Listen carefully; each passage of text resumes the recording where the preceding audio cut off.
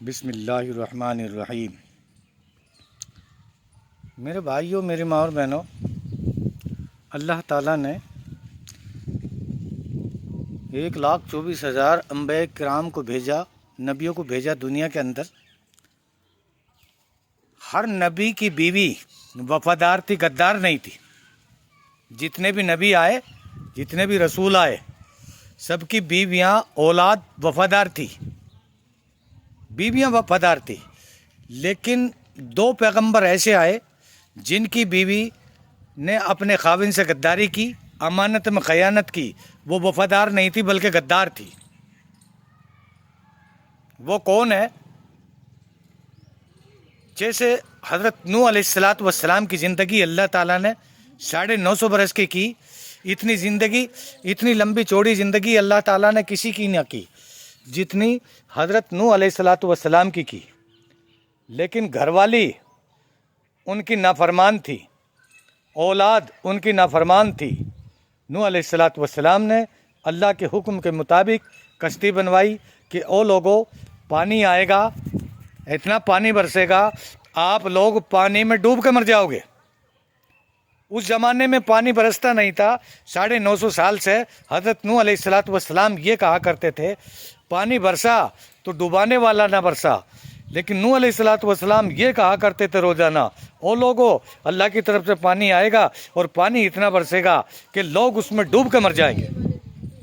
بعد آ جاؤ، اللہ کی قدرت کو پہچانو، اللہ اور اس کی رسول کی بات پہ دھیان دو۔ حضرت نوح علیہ السلام یہی کہا کرتے تھے۔ لیکن حضرت نوح علیہ السلام کے اوپر حضرت نوح علیہ السلام لوگوں کو یہی کہا کرتے تھے کہ پانی کا عذاب آئے گا اور تم لوگ ڈوب کر مر جاؤ گے، نہیں تو خدا کی قدرت کو مانو۔ لیکن لوگوں نے بجائے ماننے کے غصے میں آ کر پیغمبر کے اوپر پتھر برسایا کرتے تھے۔ حضرت نوح علیہ السلام کے اوپر اتنا پتھر برستا تھا کہ حضرت نوح علیہ السلام پتھروں کے اندر ڈھک جایا کرتے تھے۔ حضرت نوح علیہ السلام پتھروں کے اندر ڈھک جایا کرتے تھے۔ لوگ مذاق میں اس پتھر کو ہٹایا بھی کرتے تھے کہ دیکھے تو صحیح، نوح علیہ السلام زندہ ہے، یہ مر گیا۔ لیکن اللہ کی قدرت سے پورا گاؤں، پورا شہر، پورے لوگ روزانہ حضرت نوح علیہ السلام پہ اتنا پتھر برسا تھا کہ نوح علیہ السلام روزانہ مار کھا کے پتھروں کے اندر ڈھک جایا کرتے تھے۔ پتھروں کی بارش ہویا کرتی تھی۔ بعد میں لوگ دیکھا بھی کرتے تھے، مذاق بنا کے، پیغمبر کی ہنسی بنا کر لوگ دیکھا بھی کرتے تھے کہ اب دب گیا پتھر کے نیچے، اب نکالو کیا حال ہے۔ لیکن حضرت نوح علیہ السلام زندہ نکلا کرتے تھے۔ لوگ بڑے حیران ہوتے تھے، بڑے پریشان ہوتے تھے۔ ایک دن نوح علیہ السلام نے غصے میں آ کر کے کہہ دیا کہ آج پانی آئے گا اور تم لوگ جو ہے ڈوب کے مرو گے۔ اور پانی آ رہا ہے۔ دیکھنے کے لیے گھر والی کہتی ہے مجھے بہت زمانہ ہو گیا تمہارے منہ سے سنتے ہوئے، کئی 100 سال ہو گئے، کبھی پانی کا عذاب نہیں آیا، تو جھوٹ بولتا ہے۔ دیکھنے کے لیے گئی، وہیں ڈوب کے مر گئی، کیونکہ غدار عورت تھی، وفادار نہیں تھی۔ میرے بھائیو، بیٹا کو کہا بیٹا بیٹھ جا کشتی میں، عورت سے کہا بیٹھ جا کشتی میں کہ دیکھ کے آتی ہوں، پر دیکھنے کے لیے گئی، ڈوب کے مر گئی۔ بیٹا بھی ڈوب کے مر گیا۔ ایک لمبی تفصیل ہے۔ کہنے کا مطلب یہ ہے کہ پیغمبر کی گھر والی نے، یہ مطلب نہیں ہے اس نے کوئی غلط کام کیے، یعنی کوئی زنا کیا، بلاತ್ಕಾರ کیا، چوری چکوری کی، یہ بات نہیں۔ خاوند کی نافرمان ہے، اللہ کے پیغمبر کی نافرمان ہے، قوم کی وفادار ہے، قوم کا ساتھ دے رہی ہے، لوگوں کا ساتھ دے رہی ہے، پیغمبر کو غلط مان رہی ہے۔ اللہ نے ایسا عذاب برسایا کہ آسمان سے ایسا پانی برسا کہ پوری قوم ڈوب کے مر گئی۔ نوح علیہ السلام کی کشتی روانہ ہو گئی۔ 84 آدمی اس میں بیٹھ گئے۔ 950 سال میں 84 آدمیوں کو اسلام کے اندر داخل کیا حضرت نوح علیہ السلام نے۔ کتنی تکلیف ہوئی ہوگی اس پیغمبر کو جس کی بات اس کی گھر والی نہیں مانتی، اس کے بیٹے نہیں مانتے. تو بیٹا دیکھ رہا ہے، کبھی نیچے جا رہا، کبھی اوپر آ رہا. دریا کے اندر پانی برس رہا ہے، پانی اتنا کہ پہاڑوں سے اوپر پانی برس گیا. بیٹا ڈوب رہا ہے. نوح علیہ السلام نے کہا کہ یا اللہ، تیرا وعدہ تھا کہ میں تیرے کو بچا لوں گا، میرا بیٹا تو ڈوب رہا ہے. آواز آئی کہ میرے نوح یہ تیرا نہیں ہے. آواز آئی میرے نوح یہ تیرا بیٹا نہیں ہے، اگر تیرا بیٹا ہوتا تو میں اس کو بچا لیتا. یعنی اس نے میری نافرمانی کی ہے، تیری عورت نے اور اس نے، میں ان کو ڈبو کے ماروں گا. اسی طریقے سے ڈوب گیا. اور میرے نوح اگر تم نے دوبارہ سے تیرے بیٹے کا نام لیا تو سر کے اوپر جو تاج میں نے نبوت کا پہنا رکھا ہے، تیرے سر سے تاج تو اتار لوں گا، تیرے بیٹے کو ہرگز معاف نہیں کروں گا.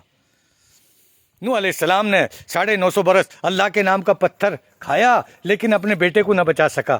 میرے بھائیوں، میری ماں اور بہنوں، یہ ہے اسلام کے اندر.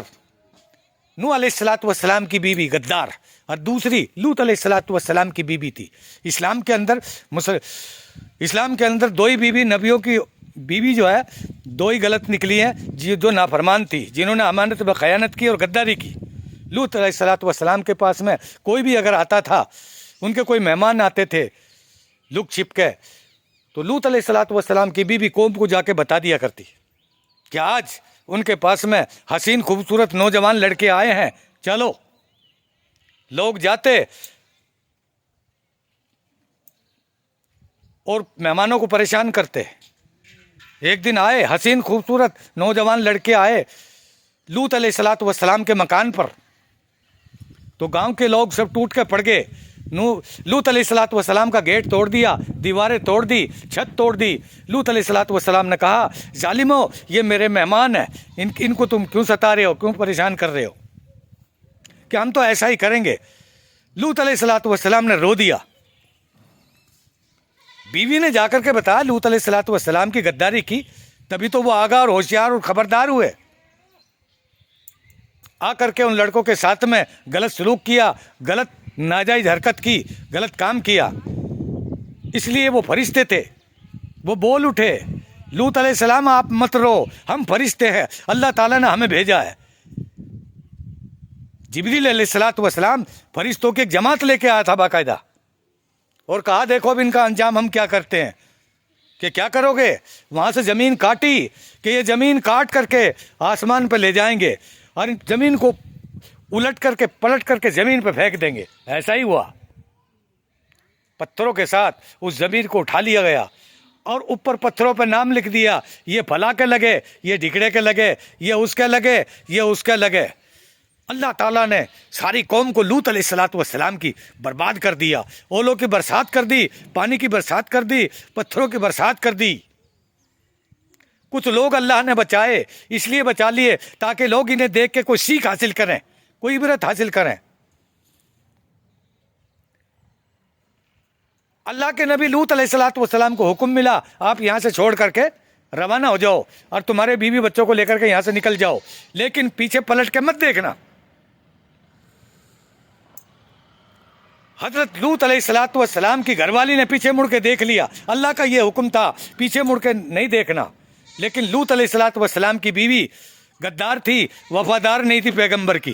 اس لیے اللہ تعالیٰ نے اس کو پتھر کی جیسے مڑ کے دیکھا، ایسے ہی اس کی شکل کو اللہ پاک نے اس کے چہرے کو پتھر کی بنا دیا.